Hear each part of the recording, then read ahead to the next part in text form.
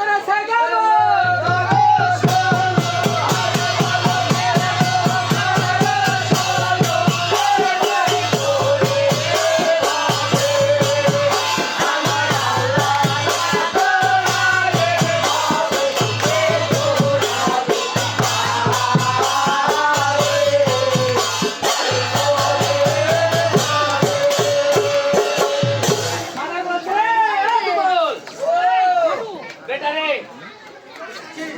শহরের নাম পাইছি বেটা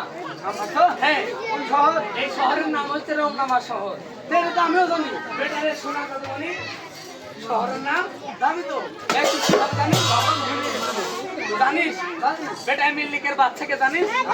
মিল্লিকের বাচ্চাকে সবাই বলে শেরশাহ বাচ্চা বেটারে তাই শোনা কথা বলি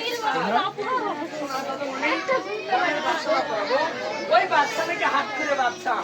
তাই আজকে একটা আসবে বেটা ওই বাচ্চার ঘরে টাকা পয়সা ধনে মানে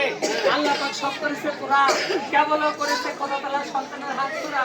আর ভাইদের সন্তানাদি দেয়নি দেখে ওই শেরশাহ বাচ্চা এক সপ্তাহ ধরে সিলাহানা করে সিলাহানি ছিল আজকে আমরা দুই বাচ্চাটা থাকতে ওই শেরশাহ বাচ্চা যদি একবার জানে প্রাণে মারা যায় তাহলে দুই বাচ্চা আল্লাহর কাছে গুনাহগার হবে ও আল্লাহর কাছে কি জবাব দিব সহজ কেমন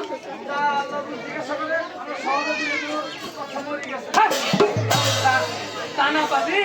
মরার এত সহজ না রে বেটা ওই আমরা দুই বাবাটা থাকতে যদি শেরশাহ বাচ্চা মারা যায় তাহলে আল্লাহ তাই কাজ করবো আজকে শেরশাহ বাচ্চার বাড়ি যাবো হ্যাঁ তোমার দিকে ছাড়বো ও দুই বাবাটা ভবিষ্যতে যাবো সাজে যাবো আচ্ছা তাই তোমার দিকে ছাড়বো ওই শেরশাহ বাচ্চা মারা আসবে একবার আমার কাছে আসে মানব ভিতরে না টাকা তুমি না দেখে আমি আর ঘরে একটা ভক্তের জন্ম দিলে পারে ওই হাত ধরে বাচ্চার নাম হতে যাবে ওই শহরে আমার বিবেকের নাম হবে সাত মিল্লিকের বাচ্চা তোমার মতো অনেক ফকিরের হাতের জিনিস খাতে চায় শুনে খাবি যদি খায় তাহলে দিব আর যদি না খায় তাহলে চলে আসবো ঠিক যদি খাই তাহলে বই ভাবি এই বড় ভাই চলো যাই তাহলে ওই যদি একবার ওই হাত ধরে বাচ্চার ঘরে সন্তান হতে হয় তাহলে ওই এলাকাতে আমার নাম হবে হ্যাঁ দুই বাপের নাম হবে ওই এলাকাতে যদি কোনো মেয়ে ছেলে পেলা থাকে তারা সন্তান হতে হয় না আমার কাছে আসবে ওই মাদারিয়া ধূপ ফুল দিব